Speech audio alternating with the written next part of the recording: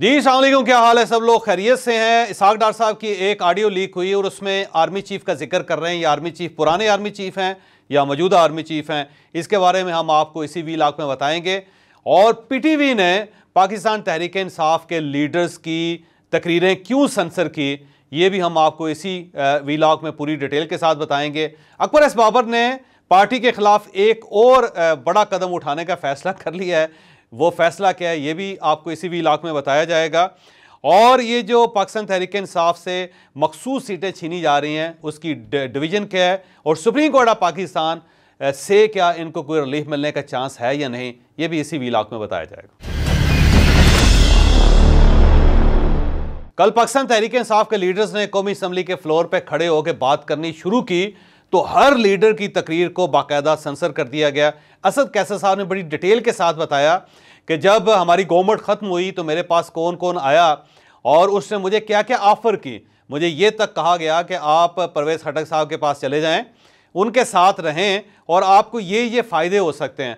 तो उन्होंने ये बताया कि मैंने इनसे कहा कि मेरा इमरान खान साहब के साथ 29 साल पुराना ताल्लुक़ है, मैं ये ताल्लुक़ ख़त्म नहीं कर सकता, मैं मर जाऊँगा लेकिन इमरान खान का साथ नहीं छोड़ूंगा। वो पूरी डिटेल के साथ बोले। फिर उन्होंने ये बताया कि इस इलेक्शन के अंदर कहाँ कहाँ धांधली हुई, किसने क्या क्या किया। लेकिन जब वो बोल रहे थे तो उनकी तकरीर पीटीवी ने सेंसर कर दी और उसके बाद वो ज़ाहिर स्क्रीन से गायब हो गए। पहले भी ये कदम उठाया गया था और जब पीटीवी से पूछा गया था तो पीटीवी का ये कहना था कि जो इश्तिहार आ जाते हैं हमारी मजबूरी होती है। लेकिन कल इश्तिहार भी नहीं थे, लेकिन ये तकरीर नहीं चलाएगी। तो असद कैसर साहब की तकरीर को भी सेंसर किया गया, फिर गौहर खान की तकरीर को भी सेंसर किया गया और फिर उमर अयूब की तकरीर को भी सेंसर किया गया। तो इसका मतलब ये हुआ कि इस गवर्नमेंट के बनने से पहले ही एक सेंसर की पॉलिसी आ चुकी है और वो पॉलिसी कौमी असम्बली के अंदर जो लोग खड़े होकर तकरीर कर रहे हैं उन तकरीरों को भी सेंसर कर रही है। तो इससे आप अंदाज़ा लगाएं कि आने वाले दिनों में इस हुकूमत की मॉरल अथॉरिटी क्या होगी कि आप अपोजिशन को बात करने का मौका भी नहीं दे रहे, और जब आप बात करने का मौका नहीं दे रहे तो फिर आप इसको जमहूरियत कैसे कह सकते हैं। तो मेरा ख्याल है कि जब गवर्नमेंट हो और वो जमहूरी गवर्नमेंट हो तो फिर उसके रवैये जमहूरी होने चाहिए। इतनी सेंसरशिप तो निगरान हुकूमत के दौर में भी नहीं थी, उस वक्त भी लोग बोल लेते होते थे। और अब अगर ये इस तरह सेंसर होना शुरू हो गया तो मेरा ख्याल है एक आध हफ्ते के अंदर जो टेलीविज़न शोज़ हैं वहाँ से भी पाकिस्तान तहरीक इंसाफ के लोगों को सेंसर कर दिया जाएगा, बल्कि गायब कर दिया जाएगा, जो मेरे नहीं ख्याल के एक अच्छा ट्रेंड है। और ये याद रखें कि पाकिस्तान तहरीक इंसाफ तो साइड पे रख दें आप, पाकिस्तान मुस्लिम लीग नून और पाकिस्तान पीपल्स पार्टी इसी अमल से गुजर के यहाँ तक पहुँची है। MQM भी इसी अमल से गुजरी है। MQM के लोगों को याद होगा कि वो फेसेस जो इस वक्त टेलीविज़न पे बोल रहे हैं या कौमी असम्बली के अंदर खड़े होकर बोल रहे हैं और उन्हें पूरी कौम को दिखाया जा रहा है, आज से साल, 1.5 साल, 2 साल पहले तक इनके चेहरों पे पाबंदी थी। ये ना इल्ताफ़ हुसैन का नाम लिया जा सकता था, ना MQM का नाम लिया जा सकता था, और ना ही इन लोगों को शोज़ में लिया जाता था, ना इनकी प्रेस कॉन्फ्रेंस दिखाई जाती थी। फिर मियाँ नवाज शरीफ साहब के ऊपर पाबंदी थी, मरियम नवाज साहबा के ऊपर पाबंदी थी, इसाक डार साहब के ऊपर पाबंदी थी। पाकिस्तान मुस्लिम लीग नून के बेशुमार ऐसे लीडर्स थे जिनके ऊपर बाकायदा पाबंदी थी। ना आप उनकी तकरीर दिखा सकते थे, ना उनकी प्रेस टॉक दिखा सकते थे, ना उनको शोज़ में ले सकते थे। पाकिस्तान पीपल्स पार्टी के ऊपर तवील अरसा तक पाबंदी रही और इनके लीडर्स को भी नहीं दिखाया जाता था, बल्कि आसफ अली ज़रदारी साहब की हमशीरा, फिर बिलावल भुट्टो, इन सब के ऊपर पाबंदी रही है। तो जब आपके ऊपर पाबंदी रही है और आप खुद उसका शिकार रहे हैं और आप उस पर प्रोटेस्ट करते रहे हैं, तो आपके दौर में अगर आज इमरान खान या फिर पाकिस्तान तहरीक इंसाफ या सुन्नी इत्तेहाद कौंसिल के ऊपर पाबंदी होगी या उनकी बात को इस तरह चलते चलते काट दिया जाएगा, सेंसर कर दिया जाएगा या स्क्रीन से ऑफ कर दिया जाएगा, तो फिर मेरा नहीं ख्याल कि आपकी कोई मॉरल अथॉरिटी है या फिर आपको डेमोक्रेट कहा जा सकता है या आपके पॉलिटिकल फोर्स कहा जा सकता है। क्योंकि जब आपके ऊपर जुल्म हो रहा था तो मीडिया उस वक्त बात कर रहा था, लेकिन आज आप खुद एक दूसरी पॉलिटिकल पार्टी के ऊपर जुल्म कर रहे हैं, तो ये दुरुस्त नहीं है। क्योंकि आज अगर आप इनको सेंसर कर रहे हैं तो कल आप सब लोग सेंसर हो जाएंगे और फिर आपके साथ स्टैंड लेने वाला कोई बंदा नहीं होगा, कोई शख्स नहीं होगा जो बिलावल भुट्टो के साथ खड़ा हो, फिर या मियाँ नवाज शरीफ साहब के साथ खड़ा हो, या मरियम नवाज साहबा के साथ खड़ा हो, या मौलाना फजलुर रहमान साहब के साथ खड़ा हो। तो कम से कम आपके दौर में ये काम नहीं होना चाहिए। और अगर आप इस तरह सारी खिड़कियां बंद कर देंगे, लोगों के मुंह पे ताला लगा देंगे, तो फिर मेरा नहीं ख्याल कि इस सिस्टम को जमहूरी सिस्टम कहा जा सकता है। तो मैं इस पर प्रोटेस्ट करता हूँ क्योंकि जब असद कैसर साहब तकरीर कर रहे थे तो पीटीवी का कमाल देखिए कि वो शुगर के ऊपर और ब्लड प्रेशर के ऊपर कौम को रहनुमाई दे रहा था कि आपने ब्लड प्रेशर से कैसे बचना है, आपने शुगर से कैसे बचना है और कौन कौन सी दवाइयाँ खाएं, कौन कौन सी एक्सरसाइज करें। तो एक साइड पे असद कैसर साहब बोल रहे थे, दूसरी तरफ पूरी कौम को ब्लड प्रेशर के ऊपर लेक्चर दिया जा रहा था। तो इससे आप अंदाज़ा लगाएं कि किस किस्म का एक पॉलिटिकल कल्चर पाकिस्तान के अंदर डेवलप किया जा रहा है। अब हम आते हैं अकबर एस बाबर साहब की तरफ। अकबर एस बाबर साहब ने पहले पीटीआई का जो एक इलेक्शन था, इंट्रा पार्टी इलेक्शन, वो उड़ा दिया था। वो इसके खिलाफ इलेक्शन कमीशन में चले गए थे, फिर वो सुप्रीम कोर्ट ऑफ पाकिस्तान भी चले गए थे और वहाँ से फिर पाकिस्तान तहरीक इंसाफ के इंट्रा पार्टी इलेक्शंस को कलअदम करार दे दिया गया। फिर इनसे बल्ले का निशान ले लिया गया और इमरान खान साहब और उनकी पार्टी ने बगैर बल्ले के 270 इंतखाबी निशानों के साथ उन्होंने इलेक्शन लड़ा और इलेक्शन उन्होंने जीता और जीत के उन्होंने दिखाया कि हम भी पार्टी हैं और लोग हमें पसंद कर रहे हैं।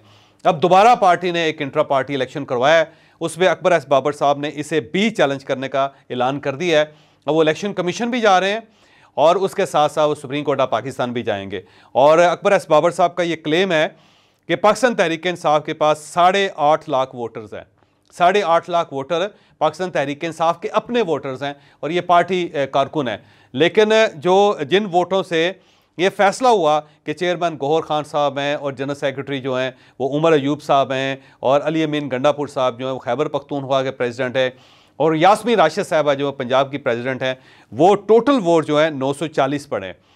तो अकबर एस बाबर साहब का ये कहना है कि अगर इसकी रेशो निकाली जाए तो ये 0.11% बनती है, यानी 0.11% ये वोट्स पड़ते हैं और इन 0.11% वोट से पूरी पार्टी की क़यादत का फैसला हो गया, जो मेरा नहीं ख्याल उनके बकौल कि जो मेरा नहीं ख्याल कि जमहूरी अमल है। तो अकबर एस बाबर साहब इस पूरी डिटेल जो है वो लेके वो इलेक्शन कमीशन भी जा रहे हैं और साथ साथ वो सुप्रीम कोर्ट ऑफ पाकिस्तान भी जाएंगे। तो मुझे लगता है कि शायद एक बार फिर पाकिस्तान तहरीक इंसाफ का जो इंट्रा पार्टी इलेक्शन है उसे कालादम करार दे दिया जाए।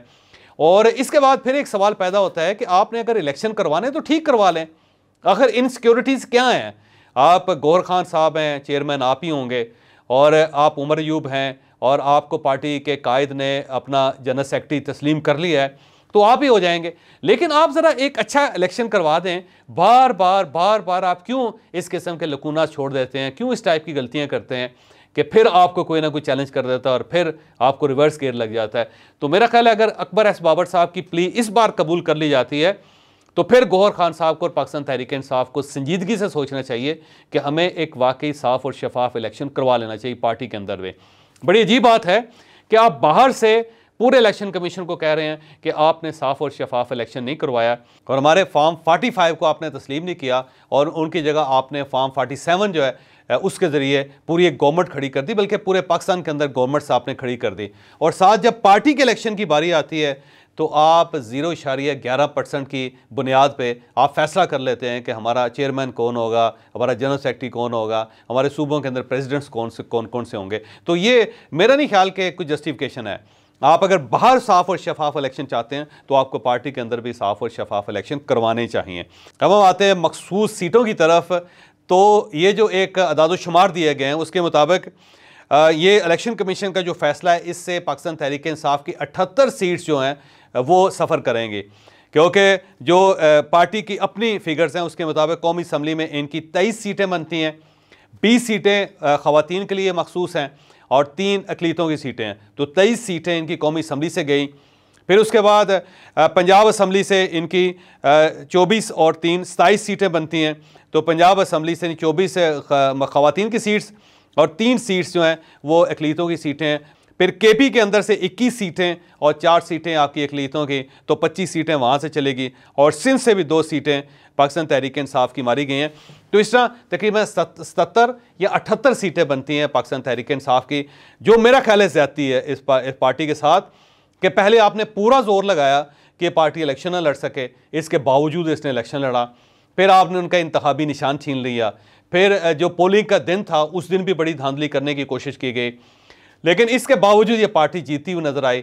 फिर फॉर्म 45 जो है वो लोग लेके फिर रहे हैं और फॉर्म 47 की बुनियाद पे आपने लोगों को जितवा दिया और उसके बाद एक ऐसी गवर्नमेंट बना दी जिसकी कोई मॉरल अथॉरिटी नहीं है। और जिसके बारे में सारा पाकिस्तान ये कह रहा है कि ये फॉर्म 47 से जीते हुए लोग हैं, ये फॉर्म 45 से हारे हुए लोग हैं। लेकिन उसके बाद भी आपको तसल्ली नहीं हुई, इलेक्शन कमीशन को तसल्ली नहीं हुई और इलेक्शन कमीशन ने उनकी 78 मखसूस सीटें भी मार ली, जो मेरा नहीं ख्याल कि इसकी कोई जस्टिफिकेशन है। आपने उससे पहले जो करना था कर लिया। मेरा ख्याल है आज तो कम अज़ कम इन्हें सीटें मिल जानी चाहिए थी, कोई मॉरल एक अथॉरिटी तो पाकिस्तान के अंदर होनी चाहिए थी। अगर इलेक्शन कमीशन इनको मखसूस सीटें दे देता तो मेरा ख्याल है फिर इसकी क्रेडिबिलिटी में इजाफा होना था, लेकिन शायद इलेक्शन कमीशन के मुकद्दर में या नसीब में क्रेडिबिलिटी है ही नहीं और सिकंदर सुल्तान राजा साहब बहुत सारे दाग लेके अपने घर जाएंगे जो ज़्यादती इस पार्टी के साथ। अब सुप्रीम कोर्ट ऑफ पाकिस्तान जाएंगे ये लोग, मुझे यूँ महसूस होता है कि सुप्रीम कोर्ट ऑफ पाकिस्तान इनके हक़ में फ़ैसला कर देगी, क्योंकि काजी साहब जो हैं उनके बारे में ये बात है कि जब वो कन्विंस हो जाएँ तो फिर वो डेफिनेटली एक आउट ऑफ द बॉक्स जाके फ़ैसला करते हैं। तो चीफ जस्टिस ऑफ पाकिस्तान से उम्मीद है कि इन्हें वहाँ से रिलीफ मिल जाएगी, लेकिन उससे पहले ये जो लूट के मार की तरह सारी पॉलिटिकल पार्टीज़ इनकी सीटें हथियाने की कोशिश कर रही हैं, मेरा ख्याल है वो मोरालिटी से कहीं ज़्यादा गई गुजरी हरकत है। कम अज़ कम ये इन लोगों को नहीं करनी चाहिए थी। चले पाकिस्तान तहरीक इंसाफ को ख़ास सीटें मखसूस सीटें नहीं मिली, लेकिन इसका हरगिज़ ये मतलब नहीं है कि उनकी 78 सीटें आप आपस में तकसीम कर ले। ये नाकाबिले बर्दाश्त है और पाकिस्तान के लोग इस चीज़ को बर्दाश्त नहीं करेंगे। अल्टीमेटली इन पार्टीज़ को इसका नुकसान होगा। अब हम इसहाक डार साहब की ऑडियो की तरफ आते हैं। इसहाक डार साहब बड़े मियां नवाज शरीफ साहब के करीब हैं और मेरे दिल में उनका बड़ा एहतराम है, दुरूद शरीफ पढ़ते रहते हैं और औलिया इकराम के साथ उनका बड़ा ताल्लुक़ है, बड़े करीब हैं औलिया इकराम के। ये दाता दरबार पे रेगुलर जाते हैं, बल्कि उनकी जो कमेटी है उसका भी हिस्सा हैं और बहुत ज़्यादा फंड्स ये वहाँ पे देते हैं। फिर बरी इमाम साहब के साथ इनका बड़ा करीबी रूहानी ताल्लुक़ है, तो मैं बड़े दिल से इनका एहतराम करता हूँ। लेकिन इसके बावजूद ये बहुत अरसे से कंट्रोवर्सीज़ का शिकार रहे हैं, क्योंकि ये मियां नवाज शरीफ साहब की फैमिली का हिस्सा हैं, समधी हैं मियां नवाज शरीफ साहब के, और ये इसके साथ साथ ये मियां नवाज शरीफ साहब के क्लास फेलो भी हैं। तो एक क्लास फेलो रिलेशन है, फिर कश्मीरी बरादरी का एक रिलेशन है, फिर फैमिली टर्म भी है। तो इन सब की बुनियाद पे इसहाक डार साहब को मियां नवाज शरीफ साहब का राइट हैंड समझा जाता है और ये समझा जाता है कि मियां नवाज शरीफ साहब के अगर किसी बंदे के पास सबसे ज़्यादा राज हैं तो वो इसहाक डार साहब हैं। साथ साथ इनके ऊपर मनी लॉन्ड्रिंग के केसेस भी बनते रहे, जो ज़ाहिर है बाद में कोर्ट्स में साबित नहीं हो सके थे। फिर इनके पार्टी के अंदर भी बहुत सारे इख्तलाफात हैं। इनके शाहिद खाकान अब्बासी साहब के साथ इख्तलाफ हुआ था, वो इन्हें वज़ीर ख़जाना नहीं रखना चाहते थे। और फिर एक ख़बर ये भी गर्दिश कर रही थी कि शाहिद खाकान अब्बासी साहब को खुश करने के लिए उस वक्त की इस्टेब्लिशमेंट ने इसहाक डार साहब के ख़िलाफ़ मुकदमे बनाए थे और फिर इन्हें यहाँ से पाकिस्तान से बाहर भी भिजवा दिया था। फिर मिफ्ता इस्माइल साहब जो हैं वो भी ज़ाहिर इनको नहीं बर्दाश्त करते थे। फिर जनरल बाजवा साहब के साथ भी इनके बड़े इख्तलाफात थे, लेकिन बड़ी दिलचस्प बात है कि जनरल बाजवा साहब को आर्मी चीफ बनाने में इसहाक डार साहब ने बड़ा अहम किरदार अदा किया था, लेकिन उसके बाद फिर जनरल बाजवा साहब और इनके दरमियान ठीक ठाक इख्तलाफात पैदा हो गए। कुछ लोगों का ये कहना है कि इन्होंने जनरल बाजवा साहब के साथ एक डील की थी कि आप मुझे प्राइम मिनिस्टर बनाएंगे, मैं आपको आर्मी चीफ बनवाता हूँ, और बाद में ये प्राइम मिनिस्टर नहीं बन सके तो इस वजह से दरमियान में इख्तलाफात हो गई। ये इस किस्म की कहानी है, उस वक्त हम सुनते थे। अल्लाह बेहतर जानता है ये दुरुस्त है ये गलत है, मैं क्लेम नहीं करता कि ये बात कोई दुरुस्त है या गलत है, लेकिन इस टाइप की बातें पाकिस्तान मुस्लिम लीग नून के अंदर भी गर्दिश कर रही थी। फिर एक वक्त ये भी आया था कि जब मियां नवाज शरीफ साहब बीमार थे बहुत ज़्यादा और इनकी हार्ट की सर्जरी हो रही थी, तो उस वक्त भी इनका नाम आया था कि इसहाक डार साहब प्राइम मिनिस्टर बनना चाहते हैं मियां नवाज शरीफ साहब की जगह। अब ये भी क्योंकि पार्टी के अंदर से लोग क्लेम कर रहे हैं। अब कल एक इनकी ऑडियो लीक हो गई और उसके बारे में कुछ लोगों का क्लेम है कि ये नए आर्मी चीफ जो हैं उनके बारे में बात कर रहे हैं, जबकि मेरा ख्याल ये है कि जब ये मिफ्ता इस्माइल साहब या शाहिद खाकान अब्बासी साहब का जिक्र कर रहे हैं तो ये 2018 की सूरत हाल हो सकती है। ये जनरल बाजवा साहब के बारे में बात कर सकते हैं कि जी ये उनकी ये हालत होगी। मेरा नहीं ख्याल कि नए आर्मी चीफ के बारे में ये इस टाइप की कोई बात हो सकती है या इसका कोई उसके साथ लिंक है, तो ये पुरानी मुझे ऑडियो लगती है। लेकिन इसमें वो एक चीज़ का जिक्र कर रहे हैं कि मुझे पहले दिन से बता दिया गया था, मेरा ख्याल है कोई रूहानी सोर्स होगा जिसने ने बताया था कि जो जो आपके साथ टकराएगा वो बेइज्जत हो जाएगा। तो वो बता रहे थे कि जो मेरी पार्टी है उसमें शाहिद खाकान अब्बासी साहब ने मेरे ख़िलाफ़ एक मुनाफ़कत का मुज़ाहरा किया था, फिर मिफ्ता इस्माइल साहब ने किया था, फिर कुछ और लोगों ने किया था, उन सबको इसका नुकसान हुआ, सबको सज़ाएँ हुई, सब ने जेलें देखें, और उसके बाद भी जो जो लोग इनके ख़िलाफ़ थे इन बकौल इनके कि वो सब इसी तरह बुरे हालात का शिकार रहेंगे। और ख्वाजा आसिफ साहब के साथ भी कोई इनके आइडियल ताल्लुकात नहीं है, तो मेरा ख्याल है ख्वाजा आसिफ साहब ने भी जो जेल भुगती वो इसहाक डार साहब की बद्दुआ का असर होगा जिसकी वजह से ख्वाजा आसिफ साहब भी जेल में रहे हैं और बाकी तमाम लोग भी वार्न वो कर रहे हैं इसहाक डार साहब इसके अंदर कि जनाब आप लोग भी थोड़े से संभल जाएं, क्योंकि जो रूहानी ताकतें हैं इसहाक डार साहब की वो आपको चैन से इत्मीनान से नहीं बैठने देंगी। तो अब क्योंकि इसहाक डार साहब के रास्ते में अभी भी बहुत सारे कांटे हैं, बहुत सारे लोग हैं जो नहीं चाहते कि ये वज़ीर ख़जाना बने, क्योंकि पार्टी का अपना ख्याल ये है कि जो 16 महीने की पुअर कारकर्दगी थी उसकी बुनियादी वजह भी इसहाक डार साहब थे, जिसकी वजह से हम अगले इलेक्शन में हमें मार पड़ी। और अब अगर ये वज़ीर ख़जाना बन जाते हैं तो पार्टी को कहीं का नहीं छोड़ेंगे। तो पार्टी नहीं चाहती कि इन्हें वज़ीर ख़जाना बनाए, लेकिन इसहाक डार साहब बनना चाहते हैं। तो अब इनकी रूहानी ताकतों का इम्तहान है कि वो किस तरह उन तमाम लोगों के मुंह काले करती है कि जो इनके रास्ते में रुकावट बनना चाहते हैं।